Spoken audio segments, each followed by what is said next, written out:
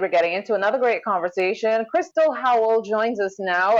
Remember, Crystal is a chartered professional accountant and certified internal auditor. Good morning, Crystal. Happy Monday to you. Happy Monday to you as well. Thank you so much. So, we want to teach those emerging adults about the money. We looked at the little ones, the younger ones in the past, and we went through our whole financial literacy month. So, we want to make sure that we know, or everybody knows, how to implement all this financial literacy. So, over to you. Yes. We would have started last week with the emerging adults and talking about teaching them how to do a tax return.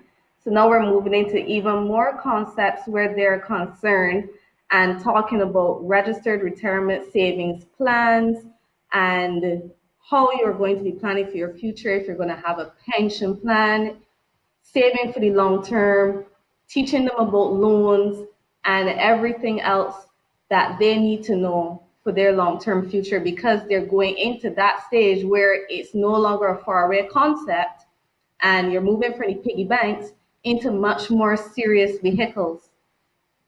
Yeah. Yeah, so things like endowment plans and all that help them understand what it is you're trying to do.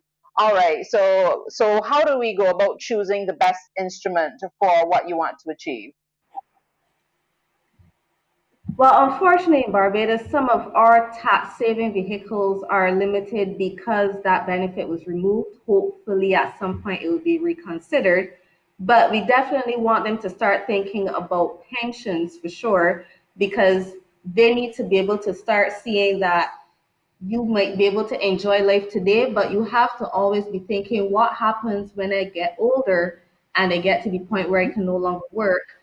How will I be able to take care of myself? And especially when they start from younger, it helps because then you don't have to look for a large lump sum in the future to help take care of yourself in your old age. You could start with small amounts and get them into a pension plan so that they get used to the idea of taking a small piece of their earnings and setting it aside for tomorrow. And there are lots of options where you can go to either obviously your public funding, or you can go to a private institution such as a bank or a credit union or even a private funding section where you can set aside this money and have it in a pension plan that will be there for you when you're at your retirement age. Yeah, I like that you're pointing that out because there are different milestones in life that we should always be thinking of. But unfortunately, many people only focus on the now and don't look at what's going to happen down the road when the paychecks stop coming. I once read a text about working out how many paychecks you have left and what that really could mean for your life and your quality of life. I know many adults that don't even think about it, and we always blame adults without realizing that if you never got that foundation as a young person, you don't just pick it Hmm. up out of nowhere. You have to be able to always show persons from a young age so that they can pick up these habits that they're not no difficulties they encounter in their adult life.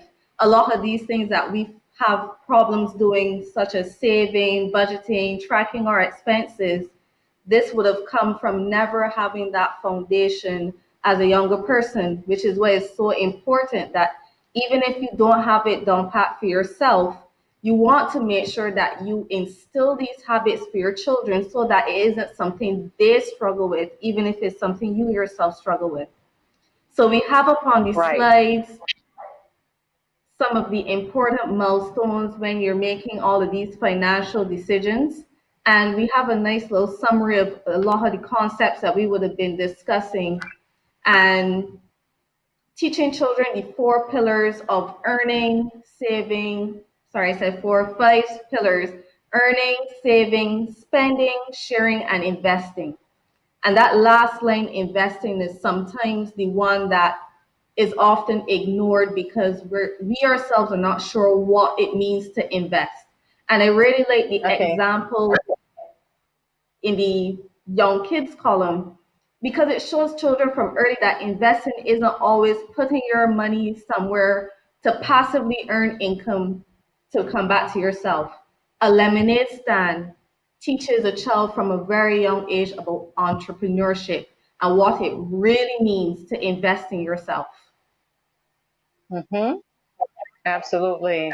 So this is very interesting stuff. And as you said, there is usually a fear associated with investing. So perhaps one of these sessions we can get into investing in even more detail. Yes. So you have a whole host of things that you can get your child into. So it's not that you're limited to just saying that you give them an allowance or that you just try to get them into a part-time job. You have different options to help them understand each of these pillars in the evolution of financial decisions. But Mm-hmm. each one is important. No one is more important than the other because there's some persons that know very well how to save, but their earning capacity is not at the level where they can save for the long-term plans that they have in a substantial or meaningful way. We have persons who are very good at earning money, and I've had this discussion a lot of the times. Sometimes the only difference between a middle income person and a person who has low financial means is the fact that they have a monthly salary that helps to hide a lot of their poor habits. So you have a person who earns a great salary, but their spending habits are so poor that if they ever lose this financial stream, they will be no better off than some person who has a low income. So a lot of those spending habits that we have to get ourselves in shape when it comes to not just earning, but how we save, how we spend, how we share in terms of giving to charities and fundraisers. I've always been a very strong believer in that, in volunteering, and how we invest in ourselves, in passive income, Excellent. in active income, and everything else. Perfect, Crystal. That's a perfect point for us to wrap this session. And as you spoke about people, that little thread being making the difference, COVID-19 definitely would have brought a lot of that to the fore. We're going to talk some more next Monday, but we thank you so much, Crystal Howell. She is, of course, a chartered professional accountant and certified internal auditor. Thank you so much, Crystal. Have a beautiful Monday.